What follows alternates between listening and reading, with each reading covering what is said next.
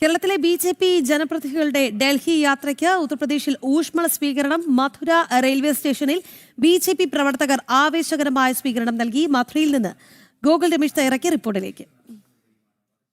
ജനപ്രതിനിധികളുടെ ഡൽഹിയിലേക്കുള്ള യാത്ര ഡൽഹിയോട് അടുക്കുകയാണ്. ഇന്ന് ഉച്ചയോടുകൂടി യാത്ര ന്യൂഡൽഹിയിൽ എത്തിച്ചേരും. ഇപ്പോൾ മധുര റെയിൽവേ സ്റ്റേഷനിൽ നൽകുന്ന സ്വീകരണമാണ് നമ്മൾ കണ്ടുകൊണ്ടിരിക്കുന്നത്. നമുക്കറിയാം, കേരളം വിട്ടതിന് ശേഷം എല്ലാ സംസ്ഥാനങ്ങളിലും ഈ കേരള എക്സ്പ്രസിൽ വന്ന ജനപ്രതിനിധികൾക്ക് ഊഷ്മളമായിട്ടുള്ള സ്വീകരണം നൽകിക്കൊണ്ടിരിക്കുകയാണ്.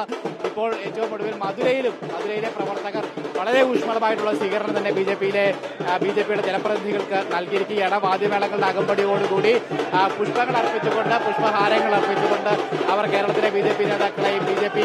പ്രതിനിധികളെയും സ്വീകരിച്ചിരിക്കുകയാണ്. എന്തായാലും എല്ലാ സംസ്ഥാനങ്ങളിലും അവിടുത്തെ പ്രമുഖരായിട്ടുള്ള നേതാക്കൾ നേരിട്ടെത്തിച്ചേർന്നുകൊണ്ടാണ് ഈ സ്വീകരണ പരിപാടികൾക്കൊക്കെ നേതൃത്വം നൽകുകയും ചെയ്തിരിക്കുന്നത്. എന്തായാലും ഈ ജനപ്രതിനിധികൾക്കും ഈ സ്വീകരണങ്ങൾ വലിയ ആത്മവിശ്വാസം നൽകുകയാണ്. അതായത് ബി.ജെ.പി. എന്ന രാഷ്ട്രീയ പ്രസ്ഥാനം അത് ഭാരതം മുഴുവൻ തങ്ങളെ ചേർത്ത് നിൽക്കുന്നു. കേരളത്തിൽ അവർ നടത്തിക്കൊണ്ടിരിക്കുന്ന വലിയ പ്രവർത്തനങ്ങൾക്ക്, ആ ബുദ്ധിമുട്ടേറിയ പ്രവർത്തനത്തിന് വലിയ ആശംസകളും വലിയ പിന്തുണയും ഭാരതത്തിന്റെ മറ്റു പല ഭാഗങ്ങളിലുമുള്ള പ്രവർത്തകർ കൃത്യമായിട്ട് നൽകുന്നുണ്ട് എന്നുള്ള കാര്യം ഉറപ്പിക്കുന്നതാണ് അവർക്ക് ലഭിക്കുന്ന ഈ സ്വീകരണങ്ങളൊക്കെ തന്നെ. എന്തായാലും ഈ സ്വീകരണങ്ങൾ അവർക്ക് മുന്നോട്ടുള്ള പ്രവർത്തനങ്ങൾക്ക് വലിയ പ്രചോദനമായി മാറുമെന്നുള്ള കാര്യത്തിൽ യാതൊരു സംശയം വേണ്ട.